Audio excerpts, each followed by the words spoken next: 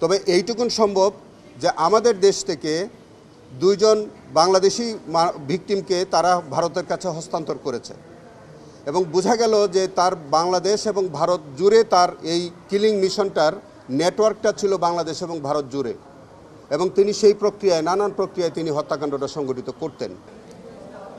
দেখেন, নদীতে যেভাবে ফেলা হতো বলে সাক্ষী বলেছে, সেখানে বলছে যে আস্ত সিমেন্টের বস্তা নিয়ে যাওয়া হতো, আসামিদেরকে নিয়ে যাওয়া হতো, একটা বস্তার সাথে একজন আসামিকে শোয়ানো হতো, সেই বস্তার উপরে সেটার উপরে আবার একটি বস্তা রাখা হতো, সেই বস্তাটার উপরে আবার আরেকজন আসামিকে রাখা হতো, সবগুলাকে একটা রশি দিয়ে বাঁধা হতো, প্রত্যেকের মাথার মধ্যে পিস্তল ঠেকিয়ে গুলি করা হতো। একটি বর্ণনায় এসছে যে উনি যখন একজন আসামিকে গুলি করেন মাথায় ঠেকিয়ে, এই ভিকটিমের মাথায় অনেক চুল ছিল এবং সেটা যেহেতু কন্ট্যাক্ট শট ছিল, মানে মাথা পিস্তল ঠেকিয়ে যেহেতু গুলি করেছে, আপনারা জানেন যে কন্ট্যাক্ট শট হইলে সেই জায়গাটা ঝলসে যায়, সেই জায়গাটা পুড়ে যায়। কন্ট্যাক্ট শট হওয়ার কারণে সম্ভবত আগুন ধরে গিয়েছে এবং সেটাও বলছে যে তার লম্বা চুল হওয়ার কারণে, কন্ট্যাক্ট শট হওয়ার কারণে সেখানে আগুন ধরে ওই চুলে আগুন ধরে গিয়েছিল এবং আশেপাশে যেসব লোকজন আছে তারা তখন এটা দেখে হাসাহাসিও করেছে। এবং আজকে আসামি এই সমস্ত সাক্ষী সময় তিনি নিজেও খুব উৎফুল্ল ছিলেন, তার কাছে কোনো অনুতপ্ত মনে হয়নি। তিনি বেশ উপভোগ করছিলেন যে তার এই কুকর্মের যখন বর্ণনা সাক্ষী দিচ্ছিলেন, তারই রানার তিনি যখন এই সাক্ষ্য দিচ্ছিলেন, তখন কাঠগড়া থেকে আসামি জিয়াউল আহসান বেশ উৎফুল্ল ভরে তিনি এগুলো উপভোগ করছিলেন, হাসছিলেন, কখনো কখনো দাঁড়াচ্ছিলেন। এই যে মানে তার যে উদ্ধত্তপূর্ণ যে আচরণ, তাতে মনে হয় যে তিনি কত নৃশংসভাবে এই মানুষগুলোকে তিনি খুন করতেন। এবং সাক্ষী এইটাও বলেছে যে বিভিন্ন ডাকাতির অপারেশনের নামে সাজানো নাটক দিয়ে মানুষগুলোকে তিনি খুন করেছেন। অপারেশন রেবেল হান্ট সম্পর্কে বলেছে যে বিডিআর হত্যাকাণ্ডের পর তিনি বিভিন্ন বিডিআর সদস্যদেরকে ধরে আনতেন এবং ধরে এনে তাকে বিভিন্ন বিশেষ প্রক্রিয়ায় দুইটা পদ্ধতিতে তিনি হত্যা করেছেন বলে বলছেন। একটা প্রক্রিয়ার কথা তিনি বলেছেন যে ইনজেকশন পুশ করে হত্যা করেছে, আরেকটা হচ্ছে গুলি করে নদীতে ফেলে দিতেন।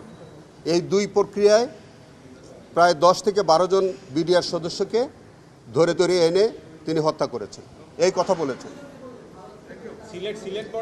সেটা জাফলংয়ে বলেছে যে একটা অপারেশনের কথা বলেছে যে তিনি এই যে আজকের সাক্ষী সহ আরও কয়েকজন আরও কয়েকজন আর্মি কর্মকর্তা তাদেরকে নিয়ে 2 জন আসামি সহ জাফলংয়ে যায়। জাফলংয়ে যাওয়ার পরে ভারত থেকে সিভিল পোশাকে আরও 2 জন আসামিকে নিয়ে তারা আসে। ভারত থেকে যে 2 জন আসামি তারা তাদেরকে সেই 2 জনকে হস্তান্তর করে, আর জিয়াউল আহসান যে 2 জনকে নিয়ে যায় সেই 2 জনকে ভারতের কাছে হস্তান্তর করে দেয় এবং হস্তান্তরকৃত যে ভারত থেকে যে 2 জন আসামিকে আনা হয় তাদেরকেও রাস্তায় গুলি করে হত্যা করা হয়। না, তাদের ভিকটিমদের অনেকেরই পরিচয় আমরা এখনও জানতে পারিনি। এইটা জয়েন্ট অপারেশন না, এইটা হতে পারে যে ভারতের যারাই আছে, পারপেট্রেটর যারা আছে, জিয়াউল আহসানের অনুসারী কোনো ব্যক্তিবর্গ ওখানে থাকতে পারে, সেটি কোনো দলের লোক হতে পারে অথবা কোনো বাহিনীর মানুষ হতে পারে, অথবা তিনি যে মিশনটা সাকসেসফুল করতেন তার হয়তো যে নেটওয়ার্কটা, সেই নেটওয়ার্কটা হয়তো ভারত পর্যন্ত থাকতে পারে এবং সেই কারণে ভারত থেকে যে সিভিল পোশাকে যে 2 জন ব্যক্তিকে নিয়ে আসলো তারা কি ভারতের নাগরিক অথবা বাংলাদেশের নাগরিক সেটা কিন্তু আইডেন্টিফিকেশন সম্ভব হয়নি।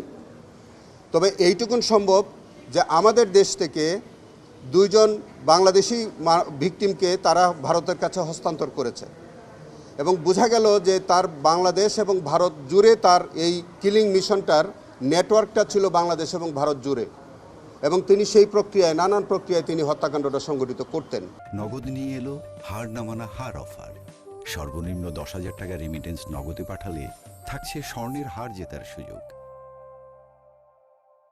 এই সাক্ষী আরও যেটা বলেছে যে তিনি অনেকগুলো ঘটনার সাক্ষী, সেই একটা ঘটনার কথা তিনি বলেছেন যে একজন আসামিকে একবার এই জিয়াউল আহসান মাইক্রোবাস করে নিয়ে গিয়ে রেল লাইনের উপরে শোয়াই দেয় কিছুক্ষণ পরে একটা রেলগাড়ি যায় এবং সেখান থেকে তার ভাগ্য যা ঘটার সেটা ঘটেছে। এইভাবে তিনি প্রায় 30 জন ভিকটিমের নিহত এবং শহীদ হওয়ার ঘটনা বলেছেন এবং প্রত্যেকটি ঘটনা অত্যন্ত সিস্টেমেটিক ওয়েতে, অত্যন্ত টার্গেটেড ওয়েতে এই হত্যাকাণ্ডটি সংঘটিত হয়েছে এবং প্রত্যেকটির মধ্যে জিয়াউল হাসানের নেতৃত্ব ছিল। আপনারা আমাদের বলতে দ্বিধা নাই, এই জিয়াউল হাসান আজকে কোর্টে উনি উপস্থিত থেকে এই সমস্ত সাক্ষ্যটা শুনেছেন, আর যতক্ষণ তিনি শুনেছেন ততক্ষণ পর্যন্ত তিনি হাসছিলেন, দাঁত খিলিয়ে খিলিয়ে তিনি হাসছিলেন। অত্যন্ত দুঃখজনক, তিনি যে কতটা কুখ্যাত এবং তিনি যে কিভাবে মানুষ খুন করতে পারেন তার আজকে বডি ল্যাঙ্গুয়েজ থেকে সেটার প্রমাণিত হয়েছে। এবং আপনারা আজকে 3টার সময় আবার অবশিষ্ট সাক্ষী হবে। আমরা আশা করি যে এই সাক্ষীর মুখ থেকে আরও কতজন ভিকটিম এইভাবে নির্মম হত্যাকাণ্ডের শিকার হয়েছে হয়তো এই সাক্ষীর মুখ থেকে বেরিয়ে আসবে।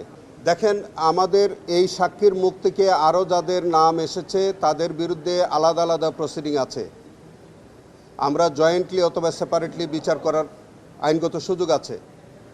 তিনি এই সাক্ষী যে নিজে উপস্থিত থেকে যে ঘটনার বর্ণনা দিয়েছেন সবগুলোর মধ্যেই তার ভূমিকা হলো তিনি জিয়াউল হাসানের নির্দেশে তিনি ওই ভিকটিমগুলোকে লাশগুলো ডিসপোজাল করেছেন।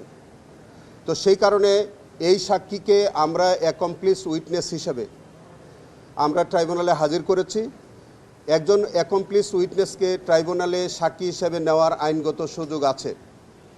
তিনি যদি আমরা যদি এই সাক্ষীকে না পেতাম তাহলে আজকের এই ঘটনার বর্ণনা কে দিত? তো সেই কারণে যে আজকে যে ইমরুল কায়েস তিনি জিয়াউল হাসানের রানার ছিলেন, জিয়াউল হাসানের সাথে থেকে প্রত্যেকটি ঘটনা তিনি পর্যবেক্ষণ করেছেন এবং তিনি লাশ ডিসপোজাল করেছেন এবং সেটা করেছেন বলেই তার কাছ থেকে আমরা এই ঘটনাগুলো আজকে জানতে পেরেছি। আপনারা অপেক্ষা করেন, ইলিয়াস আলীর গুমের সম্পর্কে আরও সাক্ষী আছে, এটা ভবিষ্যতে ইনশাল্লাহ আপনারা দেখতে পাবেন। দেখেন, এই পর্যন্ত 60টি ঘটনার মধ্যে একটি ঘটনা বলেছে উনি সুন্দরবনে হয়েছে, একটি ঘটনা হয়েছে আপনার পোস্তগোলা ব্রিজের কাছে নদীতে, 2টি ঘটনা, একটি ঘটনা ঘটেছে মহাখালী ব্রিজের কাছে, একটি ঘটনা বলেছে যে গাজীপুর এবং একটা ঘটনা ঘটেছে উত্তরায়। এরকম 60টি ঘটনার কথা তিনি বলেছেন এবং 60টি ঘটনা, একটি ঘটনা আছে জাফলংয়ে, সিলেটের জাফলংয়ে এর 2টা, এবং জাফলং থেকে ফেরার পথে আছে একটা যেটার জায়গার নাম তিনি বলতে পারেন নাই, কিন্তু আসার পথে একটা ঘটনা আছে। এরকম প্রায় 60টি ঘটনার বর্ণনা দিয়েছেন এবং 30 জন ভিকটিমের তাকে হত্যা করার বর্ণনা তিনি দিয়েছেন। নো অ্যাকমপ্লিস উইটনেস তিনি আমরা এই যে দুষ্কর্ম যেটা হয়, যে অপরাধটা হয়, সেই অপরাধের তিনি কিছুটা অংশগ্রহণকারী, এক অর্থে কিছুটা অংশগ্রহণকারী। যেমন ধরেন, এই সাক্ষী তিনি লাশ ফেলছেন, তার ঊর্ধ্বতন কর্মকর্তার নির্দেশে ফেললেও তিনি কিন্তু ওখানে অংশগ্রহণ করেছেন। কিন্তু আমরা তাকে সাক্ষী হিসেবে উপস্থাপন করেছি এই কারণে যে এই ঘটনাগুলো বর্ণনা করার জন্য আর কোনো প্রত্যক্ষদর্শী সাক্ষী আমাদের সামনে নাই। তো যখন কোনো প্রত্যক্ষদর্শী সাক্ষী থাকে না, তখন যাদের লঘু অপরাধ হয় কিন্তু তার পার্টিসিপেশন আছে, সেই লঘু আসামিটাকে আমরা তাকে আসামি না করে আমরা তাকে সাক্ষী করি এই অর্থে যাতে এই ঘটনার পুরো বর্ণনাটা পাওয়া যায়, যাতে এই মামলাটি প্রমাণের সহায়ক হয়। এই গল্ফটা হচ্ছে আমরা যে গল্ফ খেলি, যেভাবে একটা বলকে মানে গর্তে ফেলা হয়, ঠিক এই অর্থে তারা আলফা, ধরেন আর্মিরা কিছু শব্দ ব্যবহার করে, আলফা, টার্গেট, এরকম নানান তারা কিছু শব্দ ব্যবহার করে। এই গল্ফটাও কিন্তু ওই অর্থে আক্ষরিক অর্থে বা প্রতীকী অর্থে তারা ব্যবহার করেছে। গল্ফ অর্থ হলো যে তাকে একটা গর্তে ফেলে দিচ্ছে। আমাদের আরও কিছু ঘটনার সাক্ষী আছে, ভবিষ্যতে হয়তো আসবে, কিন্তু আজকে যে সাক্ষ্য দিচ্ছে বা যেটুকুন দিয়েছে, এই ঘটনার প্রেক্ষিতে জিয়াউল হাসানের বিরুদ্ধে মামলা প্রমাণের জন্য যথেষ্ট সহায়ক এবং আর কোনো সাক্ষী ছাড়াও কিন্তু জিয়াউল হাসানের বিরুদ্ধে অপরাধ প্রমাণিত হয়েছে বলে আমরা মনে করি। নদীতে গুমের বর্ণনাটা যদি একটু দিতেন, কিভাবে করা হতো?